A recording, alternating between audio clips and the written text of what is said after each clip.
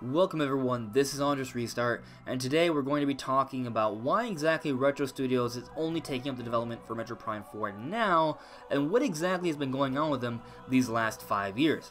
So if you haven't heard, Metroid Prime 4 has been scrapped entirely by whatever developer Nintendo has been using. It's rumored to be Bandai Namco, and now they're restarting development with Retro Studios.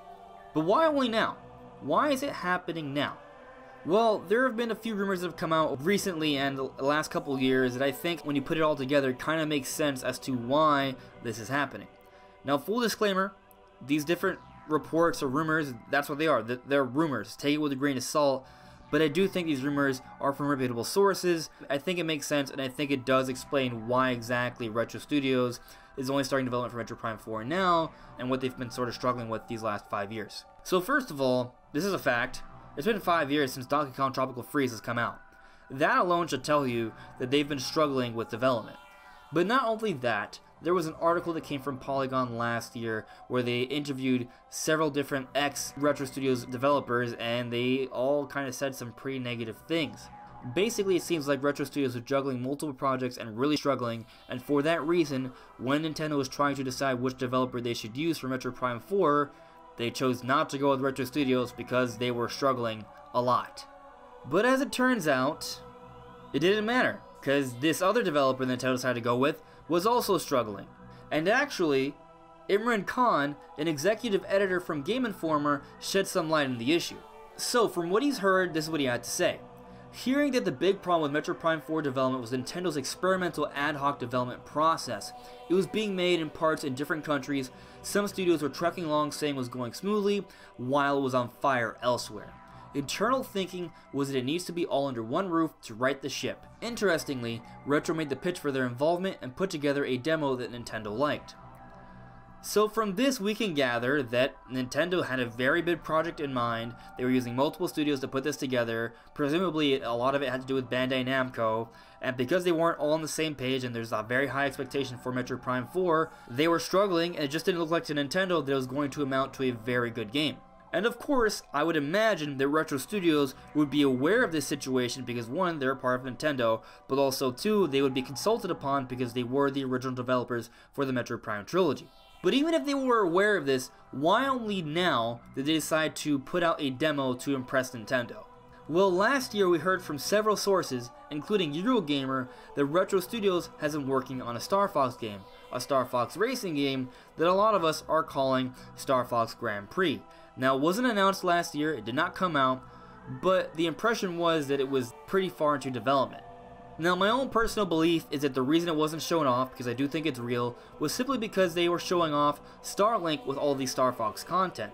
Why would you promote two different Star Fox games coming out for the same system in the same year? I don't think you would, and that's probably why we haven't heard about Star Fox Grand Prix yet.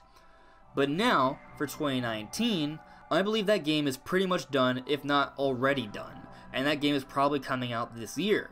And assuming that's the case, Retro Studios now has their hands free.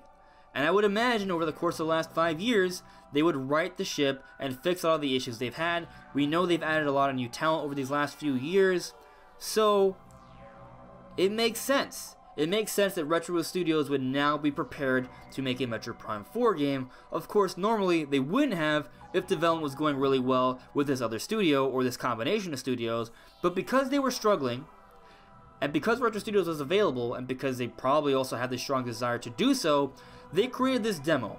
And this demo impressed Nintendo so much that they made the decision to restart development with Retro Studios, and that's the story.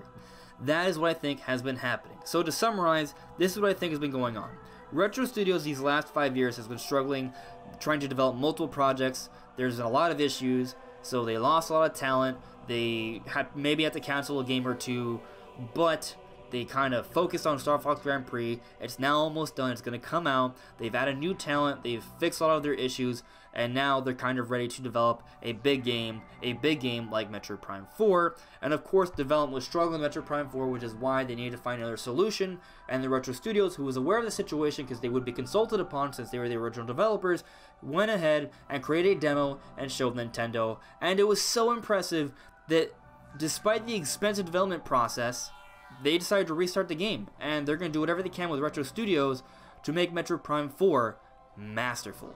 I honestly think this is what has happened. It makes the most sense. It's nothing too crazy. Retro Studios was struggling. They had multiple projects in the works, which is why they didn't do it beforehand, but now they're ready, and they're going to do a great job.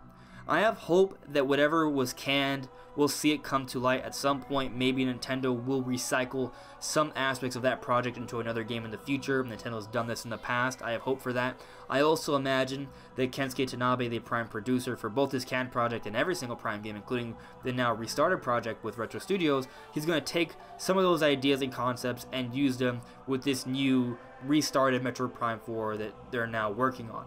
Assuming this is all true, I can't wait to see Star Fox Grand Prix. It's been so many years since Retro Studios has come out with a game, and from what we've heard, the game sounds really, really cool. I can't wait to see what Retro Studios was able to come out with, and assuming the game's really good, it's only going to make me feel even more confident about Metroid Prime 4. But what do you guys think? Do you guys feel differently about what's been going on with Retro Studios? Let me know in the comments below. But anyways, everyone, thank you so much for listening and watching, and I'll see you all really soon. Bye.